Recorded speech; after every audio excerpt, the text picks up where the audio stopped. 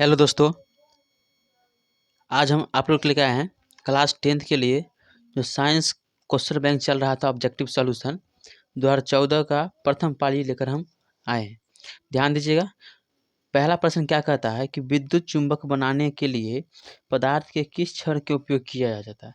तो विद्युत चुंबक बनाने के लिए पदार्थ के जो छड़ का उपयोग किया जाता है वह नर्म लोहे का उपयोग किया जाता है। किसका उपयोग किया जाता है? नर्म लोहे का उपयोग किया जाता है। अब चलिए ध्यान दीजिएगा, सेकेंड नंबर प्रश्न कह रहा है हमारे घरों में जो विद्युत आपूर्ति की जाती है वो कितना आती है। तो हमारे घरों में जो विद्युत आपूर्ति होती है वह तो 220 वोल्ट होती है। कितना होती है? 220 वोल्ट। लेकिन वह होती है वह डीसी होती है। कितना होती है? 200 सॉरी एसी होगी। दूसरा कितना होगा? 220 वोल्ट डीसी उपयोग किया जाता है।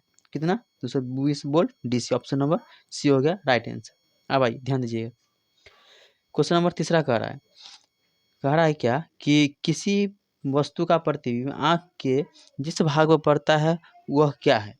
तो किसी वस्तु का प्रतिबिंब जो पहले आँख के रेटिना पर पड़ता है, पहले प्रतिबिंब क्या होता है? प्रतिबिंब कहाँ पड़ती है? रेटिना से होते हुए पहले आँख पर पड़ती है, उसके बाद किसी भी वस्तु पर पड़ती है। किसी वस्तु का प्रतिबिंब पहले, तो प्रतिबिंब पहले कहाँ पड़ेगी? आपका रेटिना पर। ऑप्शन नंबर कितना हो जाएगा? बी हो जाएगा। अब आइए 4 नंबर प्रश्न पे। कह रहा है 4 नंबर प्रश्न समझिए ध्यान से। 4 नंबर प्रश्न क्या है आपका? कहता है एक स्वस्थ व्यक्ति के लिए दूरबिंदु। यहाँ से 2 प्रश्न आता है। पहले एक बात करें दूरबिंदु, ठीक है, और दूरबिंदु कहेगा तो आपका अनंत हो जाएगा। क्या हो जाएगा? अनंत हो जाएगा। और इसी क्वेश्चन में कहेगा कि स्पष्ट दृष्टि की न्यूनतम दूरी बताइए, तो 25 सेंटीमीटर हो जाएगा। ये तो दूरबिंदु हो गया इसका। एक स्वस्थ आँख के लिए दूरबिंदु कितना है? अनंत। मतलब कि कोई व्यक्ति जो होता है कितना दूर तक देखेगा? वह अनंत तक देखेगा। लेकिन स्पष्ट दृष्टि की न्यूनतम दूरी, तो कोई वस्तु को साफ-साफ कितना दूरी पर देख पाएगा? तो 25 सेंटीमीटर हो जाएगा इसका। ठीक है, तो 4 का आंसर कितना हो जाएगा? डी अनंत हो जाएगा। अब ये 5 नंबर क्वेश्चन कहता है जीवाश्म ईंधन की ऊर्जा का वास्तविक स्रोत क्या है। पहले समझिए जीवाश्म ईंधन। जीवाश्म ईंधन को अनवीकरणीय ऊर्जा स्रोत भी कहा जाता है। अनवीकरणीय ऊर्जा स्रोत, तो अनवीकरणीय ऊर्जा स्रोत कहते हैं किसको? समझिए, जैसे कि पेड़ पौधे जो होते हैं, क्या? पेड़ पौधे। अगर पेड़ पौधे की बात करें, इसमें से पत्ती झड़ती है। क्या झड़ती है? पत्ती निकल कर के वह दब जाती है और धरती के अंदर में जा कर के दब के सड़ गल जाती है। और लाखों करोड़ों वर्ष के बाद उसमें से एक ऑक्सीजन की अनुपस्थिति के कारण, किसी कारण? ऑक्सीजन की अनुपस्थिति के कारण उसमें एक पदार्थ का निर्माण हो जाता है। वही हमारा कहलाता है जीवाश्म ईंधन कहलाता है। क्या कहलाता है? जीवाश्म ईंधन। और जीवाश्म ईंधन का उपयोग जो होता है, हम लोग कभी भी इसका उपयोग दोबारा नहीं कर सकते हैं। जैसे कि पेट्रोल, पेट्रोल का एक बार उपयोग अगर हम कर लेंगे, दोबारा उपयोग उसका हम नहीं कर पाएँगे। कोयला, कोयला का दोबारा उपयोग हम लोग नहीं कर पाएँगे। इसमें से क्या जीवाश्म ईंधन इस वास्तविक स्रोत क्या है? इसका वास्तविक स्रोत के बारे में अगर कहा गया है, इसमें ऑप्शन नंबर क्या हो जाएगा? डी हो जाएगा, इनमें से कोई नहीं। ठीक है, अब आगे ध्यान दीजिए। प्रश्न संख्या 5 पे आइए। 5 हो गया, 6 पे। कह रहा है क्वेश्चन नंबर 6 कि विद्युत चुंबकीय प्रेरण की खोज किसने किया था।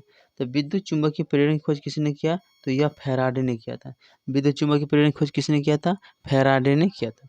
जो नेत्र दूर स्थित, क्वेश्चन नंबर 7, जो नेत्र निकट स्थित वस्तु को साफ नहीं देख सकता है, मतलब कि निकट वस्तु को साफ नहीं देख सकता है और दूर को देख सकता है, वह कहलाता है दूरदृष्टि दोष कहलाएगा। क्या कहलाएगा? दूरदृष्टि दोष। ऑप्शन नंबर ए हो जाएगा आंसर। अब समझिएगा, क्या है कि जो नेत्र निकट स्थित वस्तु को साफ नहीं देख सकता, जो निकट को साफ नहीं देखेगा उसे दूरदृष्टि दोष कहते हैं, और जो दूर को साफ नहीं देखेगा उसको क्या कहेंगे? निकट दृष्टि दोष कहेंगे। जो निकट स्थित वस्तु को साफ नहीं देखे उसे क्या कहेंगे? दूर कहेंगे। और जो दूर को साफ नहीं देखे उसे क्या कहेंगे? निकट कहेंगे।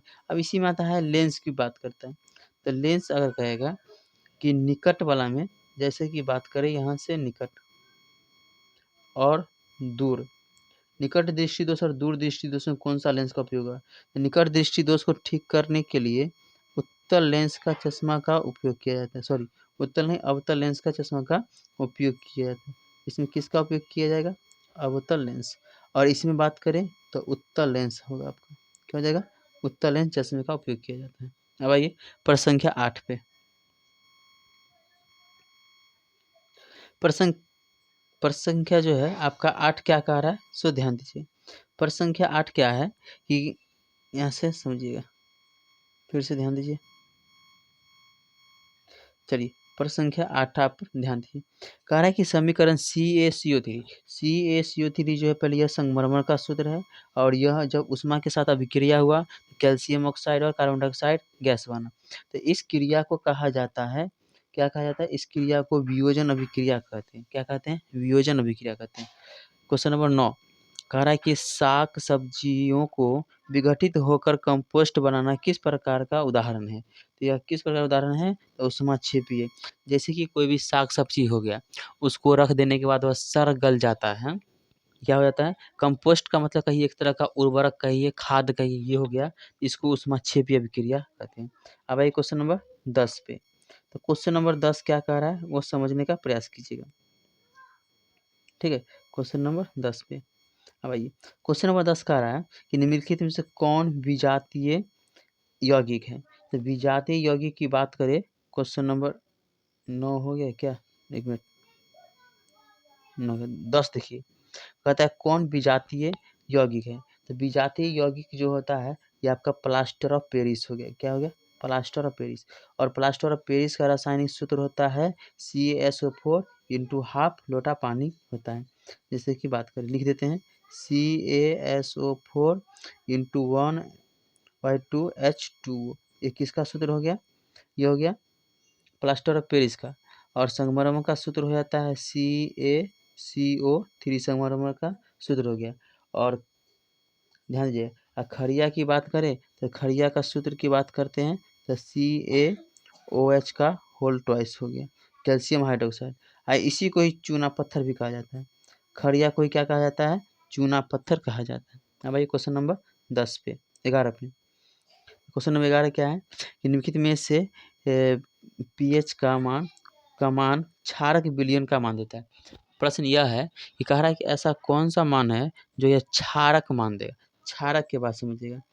अम्ल की बात करते हैं, अम्ल और क्षार की बात करते हैं। तो अम्ल की बात करते हैं तो 7 से कम होगा, और क्षार की बात करते हैं तो वह 7 से अधिक होगा। और एक होता है उदासीन। क्या होता है? उदासीन। तो उदासीन की अगर मैं बात करूं, यहाँ से उदासीन होता है आपका 7। कितना हो जाएगा? 7। क्वेश्चन नंबर क्षारीय के बारे में कहा है, तो जो 7 से अधिक होगा वह क्या हो जाएगा? क्षार। तो ऑप्शन नंबर डी है, 7 से अधिक। अम्ल पूछता तो 7 से कम, और उदासीन कहता है तो 7 हो जाता है आंसर। इसका आंसर क्या हो गया? 11 का डी, 13 हो गया आंसर। आइए नेक्स्ट प्रश्न पे चलते हैं।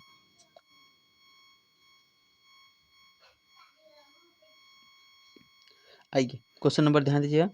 कह रहा है कि कौन, 12 नंबर क्वेश्चन है, कौन सा अधातु कमरे के ताप पर द्रव अवस्था में पाया जाता है? कमरे के ताप पर द्रव अवस्था में अधातु पाया जाता है। तो अधातु कहेगा तो ब्रोमीन होता है। अगर यहीं पर धातु अगर आपको पूछ देता, क्या धातु पूछ देता, तो आंसर होता पारा। क्या होता? पारा। तो कमरे के ताप पर जो द्रव अवस्था में पाए जाने वाला अधातु हो गया ब्रोमीन, और धातु पूछता तो क्या हो जाता? पारा आपका आंसर हो जाता है। अब आइए नेक्स्ट नंबर प्रश्न है, प्रश्न संख्या 13। कह रहा है कौन सीसा और टीन की मिश्र धातु क्या कहते हैं? तो सोल्डर कहते हैं। सीसा और टीन की मिश्र धातु को क्या कहा जाता है? तो सोल्डर कहा जाता है। चलिए ठीक है, नेक्स्ट नंबर प्रश्न 14 पे। कह रहा है कि ऑक्सीजन के दो परमाणु के बीच कितने बंध होते हैं? पहले समझिए ऑक्सीजन क्या है, किसकी बात क्या है? ऑक्सीजन का संकेत क्या हो गया? O2। ओ संकेत तो होता है O, संकेत ऑक्सीजन O हो गया। अब ये समझिए, जैसे ऑक्सीजन का परमाणु संख्या 8, इसका इलेक्ट्रॉनिक विन्यास कीजिएगा 2 6 आता है। तो ऑक्सीजन और ऑक्सीजन के बीच जो होता है वह डबल बॉन्ड होता है। कैसा बॉन्ड होता है? डबल बॉन्ड पाया जाता है। ऑप्शन नंबर क्या हो गया? बी हो गया इसका राइट आंसर। अब आइए प्रश्न संख्या हम चलते हैं नेक्स्ट पे, 15 पे।